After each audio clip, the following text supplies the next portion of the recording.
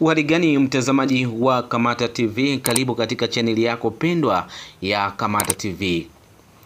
Utakuwa nami mtangazaji wako Alex John Kamata.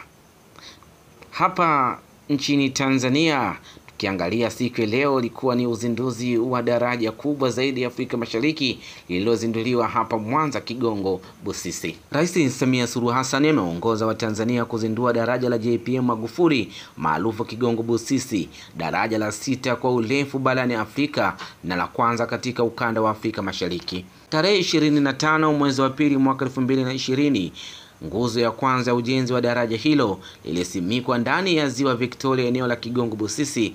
Leo siku ya Alhamisi ya tarehe 19 mwezi wa 6 mwaka 2025, baada ya miaka 5 na miezi 4, daraja limekamilika.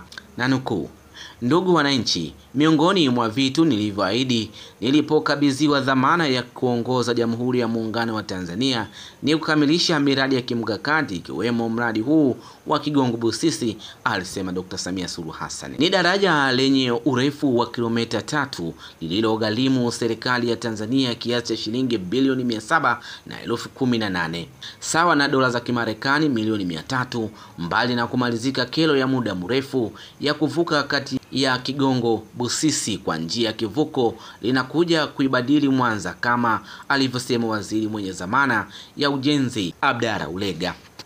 Na nukuu: "Daraja hili ni kielelezo kikubwa kwa uwezo wetu kama taifa na kufanya maamuzi wa kufanya maendeleo ya kwetu sisi wenyewe. Kanda ya ziwa inakwenda kuchemka katika uchumi wa kisasa ambao utaleta ajira kwa vijana." Rais Samia Suluhu Hassan anasema kukamilika kwa ujenzi wa daraja hili ni ushindi kwa Watanzania wote na kuzidi kuifungua nchi.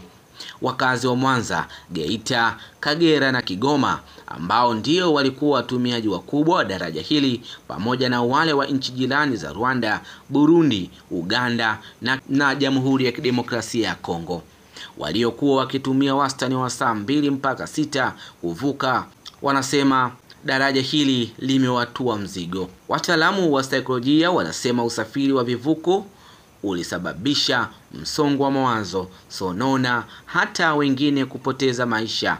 Lakini wachumi wanasema juu ya kumalizika kwa ujenzi wa daraja hili. Dr. Francis Nyoni ni mchumi na mhadhiri kutoka idara ya uchumi Chuo Kikuu cha Mtakatifu Agustino cha Sauti Mwanza, anasema daraja hili linaweza kuimarisha pia biashara ya ushirikiano wa kikanda wa eneo la kanda ya ziwa na nchi jirani. Miaka 64 ya kadhia, vilio, manunguniko juu ya kero ya usafiri wa maji katika ziwa Victoria kupitia eneo la Kigongo Feri hatimaye leo imekwisha, na sasa ni furaha. Kutoka kutumia wastani wa saa 2 mpaka 6 na sasa ni chini ya dakika 10 kuvuka kwa wanaopita hapa Kigongo Feri. Inakadiriwa magari takribani 800 na watu 13,000 watavuka hapa kwa muda mfupi. Asante na kwaheri. Ulikuwa nami mtangazaji wako Alex Kamata. Usisahau kutufuatilia katika mitandao yetu ya kijamii: Instagram, Facebook, TikTok, X na YouTube kwa jina la Kamata TV.